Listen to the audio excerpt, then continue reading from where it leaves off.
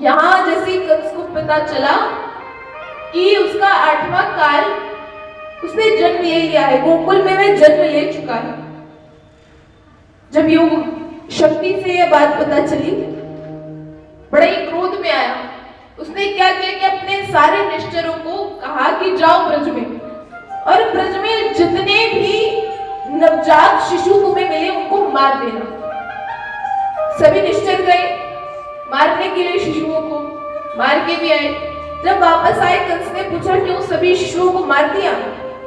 तब उन निश्चरों ने कहा हाँ हमने सबको तो मार दिया, किंतु जो नंद बाबा के यहाँ पर एक नवजात शिशु है, वे कोई साधारण बालक नहीं है, उससे आपको बच के रहना चाहिए।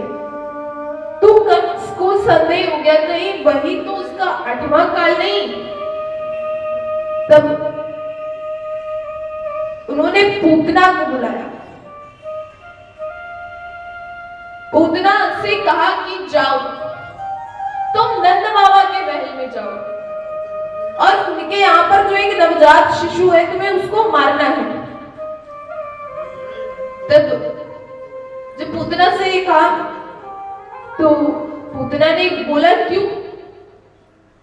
तब कंस ने बताया वह मेरा 8वां काल है जो मुझे मारने वाला है, देवकी का 8वां पुत्र है, वही मेरा काल है, इसलिए मैं चाहता हूं जाओ तुम उसको मार दो। लेकिन कैसे जाओगी, क्योंकि पूतना जो है बड़ी भयावह, बड़ी डरावनी थी।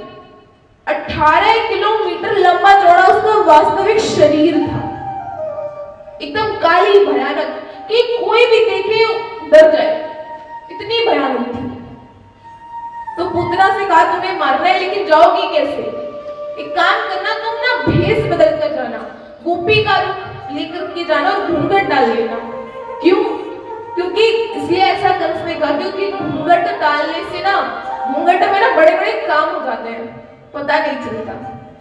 ऐसी कथा में कई माताएं मैंने देखी है, मेरी कथाओं में भी, और मैं जिनकी कथाओं में गई हूँ श्रवण करने के लिए, कि घूंघट डाल के बैठ जाती है और बस वैसे ही कथा का आनंद सो रही होती है, पता ही नहीं चलता उन्हें कि 3 घंटे तो कभी बीत गए। इतना बढ़िया आनंद लिया कथा का जो उन्हें घर पर नहीं मिलता।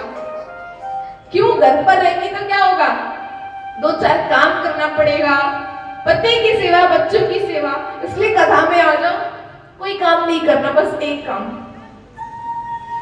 सबका प्रिय काम है सोना, तो घूंघट डाल करके सोने लग जाते हैं। कथा में आने का क्या फायदा हुआ फिर? कथा में आप इतना अपना कीमती समय निकाल कर के आए हैं। समय ना बड़ा कीमती होता है, हमें अभी पता नहीं लगता, जब हम उसे गुजार रहे हैं, हम काट रहे हैं, हमें तो लग रहा है जैसे समय कट रहा है, लेकिन बाद में ना जब हमें याद आता है कि काश हमने उस समय ऐसा नहीं किया होता, उस समय हमने थोड़ा परमात्मा का भजन कर लिया होता। और ये बातें कब याद आती है? जब हमारा अंतिम समय चल रहा होता है। याद आता है ना कि हमने जीवन भर सब कुछ किया किंतु परमात्मा का भजन नहीं कर पाए। ये रिग्रेट, ये भाव जो है हमारे मन में रह ही जाता है कि काश हमने परमात्मा का भजन कर लिया होता तो आज शायद मुझे परमात्मा की प्राप्ति हो गई होती, मेरा जीवन सफल हो जाता। यह बात हमें अभी याद नहीं आएगी, लेकिन जब हमारा अंतिम समय होगा ना, तो हमें ना सारी बातें याद आने लगती है कि हमने जीवन में क्या क्या गलत किया। जो आपको याद भी नहीं होगा ना, वो भी याद आ जाएगा कि आपने क्या क्या ऐसी गलतियां कर दी है जो आपको करनी ही नहीं चाहिए। आपके जीवन की एक फिल्म चल रही होगी आपके सामने, और ये वास्तविक है, मैं अपने मन से कुछ नहीं बता रही हूं। जब व्यक्ति का अंतिम समय चल रहा होता है ना, जो उसे याद नहीं भी होता, उसके पूरे जीवन की फिल्म उसकी नजरों के सामने चल रही होती है कि उसने जन्म से लेकर के उसके अंतिम समय तक उसने क्या क्या किस किस प्रकार के कर्म किए, किसको क्या बोला है, क्या किया है, क्या सुना है, हर चीज हमारा कर्म ही है जो हम कर रहे हैं। मैंने परमात्मा का भजन किया है नहीं किया है, पार्टियों में जाकर के समय बिगाड़ा है, फिर क्या किया है, तब सब याद आता है और फिर हमें पछतावा होता है। लेकिन कहावत है, अब पछताए होत क्या जब चिड़िया चुग गई खेत। तो ऐसा पछतावा नहीं रखना, अभी भी आपके पास बहुत समय है। कहने को तो परमात्मा का जितना भजन करो उतना कम है, लेकिन कलयुग में अब उल्टा है। कलयुग कैसा है, केवल नाम आधारा।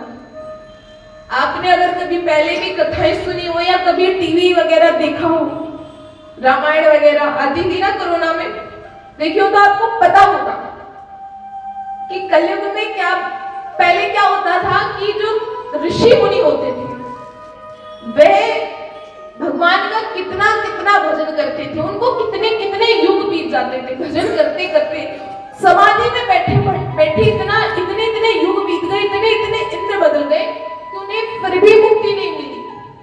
परमात्मा को ना प्रसन्न करना बहुत कठिन था, इतना कठिन कि क्या करे, हर कोई परमात्मा को प्राप्त नहीं कर सकता। लेकिन कलयुग के आने से एक बड़ा अच्छा परिवर्तन आया है। कलयुग केवल नाम आधार, कलयुग केवल एक नाम का आधार है। मेरे गोविंद मेरे नारायण का नाम जिसने इस कलयुग में ले लिया, वो भी ऐसे ही नहीं कि आपने कहने को नाम लिया, नहीं, आपको अवसर मिला है भगवान का नाम लेने का।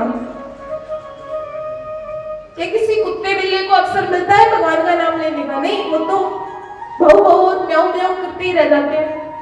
भगवान ने हमें ये 84 लाख योनियों के बाद ये जन्म दिया है जिसमें हम भगवान का नाम अच्छे से उच्चारण कर सकते हैं। और अगर हम वही नहीं करेंगे तो क्या फायदा हमें मनुष्य जन्म लेने का। कलयुग केवल नाम आधार है, जिसने एक बार भी ना केवल सच्चे हृदय से निर्मल मन से भगवान का नाम ले लिया ना, उसी का कल्याण है। वे इस कलयुग रूपी जो ये भव सागर है ना, इसे आप बिल्कुल पार नहीं कर सकते। केवल एक तरीका इस कलयुग रूपी भव सागर से बचने का, इसको पार करने का, वो क्या है? भगवान की नाम रूपी नाव, राम नाम रूपी नाव, वही इस भवसागर, इस कलयुग रूपी भवसागर से पार करने का एक उपाय। और ये उपाय जिसने कर लिया उसको तो वैकुंठ की प्राप्ति होनी ही है। आपको आज तक मैंने एक प्रसंग नहीं सुनाया, भागवत जी में बड़ा एक प्यारा प्रसंग है जो कि मेरे को सबसे प्रिय लगता है, भक्त अजामिल का प्रसंग। देखिए अजामिल कौन था? एक बहुत बड़ा डाकू, ब्राह्मण परिवार से ही था, लेकिन बहुत बड़ा डाकू, बहुत बड़ा लुटेरा। क्या क्या पाप कर्म नहीं किए, सब कुछ किया, लेकिन उसकी संतान हुई ना, उसका नाम उन्होंने संतों के कहने पर नारायण रखा था। कुछ संतों ने बोला था कि अपने पुत्र का नाम नारायण रखना। अजामिल इतना बड़ा डाकू, कितना कितना पाप कर्म किया, किंतु अपने पुत्र का नाम केवल नारायण रखा था। जब उसका अंतिम समय आया ना, जब भगवान यमराज के दूत उसे लेने के लिए आए, तो उसने एक बार अपने पुत्र को प्यार से कह करके पुकारा कि हे पुत्र नारायण। उतने में ही दूतों ने बोल दिया कि बस अभी इसका जाने का समय नहीं आया है। क्यों? क्योंकि कलयुग केवल नाम आधारा, नाम का ही आधार है। यदि मुक्ति चाहिए, आत्मा का ज्ञान चाहिए, आत्मा का बोध चाहिए, तो भक्ति होना, भगवान का नाम लेना जीवन के लिए बहुत जरूरी है। जीवन में हर चीज जरूरी है, धन कमाना, दौलत कमाना, रिश्ते कमाना बहुत जरूरी है, लेकिन भगवान का नाम कमाना वो तो उससे भी ज्यादा जरूरी है। रामे केवल प्रेम प्यारा, जान ले जो जानन हारा। राम को केवल प्रेम ही प्रिय है। केवल प्रेम से एक बार उनका नाम पुकारोगे ना, उतने में ही दौड़े चले आएंगे। बस ये भाव मन में रखो तो उसी में कल्याण है। आपको कुछ करने की जरूरत नहीं है। ब्रजवासियों में आपने देखा होगा, हर कोई ब्रजवासी ऐसा नहीं है कि वो कंठी लगा के, कंठी पहन करके घूमे। हर ब्रजवासी जरूरी नहीं है कि चंदनी लगा करके घूमे। लोग वृंदावन गए होंगे लेकिन उन्होंने देखा है कि हर कोई लगाता है। लोग लगाते हैं, लगाने वाले, लेकिन आपको 100 में से एक आध तो ब्रजवासी से मिल ही जाएंगे जो कंठी नहीं पहनते होंगे, जो तिलक नहीं लगाते होंगे। तो इसका मतलब क्या ये हो गया कि वे भगवान के भक्त नहीं है? नहीं ना, इसका मतलब ये कदापि नहीं। भगवान प्रेम से प्रसन्न होते हैं, प्रेम के भूखे हैं। यदि प्रेम उनको पाना है तो प्रेम से पाओ। उसी में केवल जीवन का सार है। जब अजामिल से दुष्ट पापी को मुक्ति प्राप्त हो सकती है, यमराज के दूत उसे छोड़ सकते हैं, तो अभी हमने और आपने तो क्या ही पाप किए हैं? ये पुण्य का काम ही कर रहे हैं हम और आप। ये भागवत आकर के श्रवण करके पुण्य का काम है ये। हर किसी के बस की बात नहीं है कि वे भागवत श्रवण कर पाए। जब भी आपको अवसर मिले ना, कि जहां पर भी आपको पता चले कि अरे यहाँ पे राम की चर्चा हो रही है, यहाँ पे भगवान की कथा की लीलाओं को श्रवण कराया जा रहा है, तुरंत जाओ। कई लोग होते हैं कि बुलावे का इंतजार करते हैं कि अरे हमें तो इनविटेशन कार्ड ही नहीं आया, हमें तो पत्र ही नहीं आया कि कथा में भी आना है, तो क्यों जाए। लोगों की मन की भावना कलयुग में ना थोड़ी बिगड़ती जा रही है। पहले के लोग बस पता चला कि अरे उस गांव में कथा हो रही है, वहां पे सत्संग हो रहा है, वहां पे कीर्तन हो रहा है, तो बिना बुलाए भी जाते थे। तो ऐसे लोगों का ही कल्याण होता था।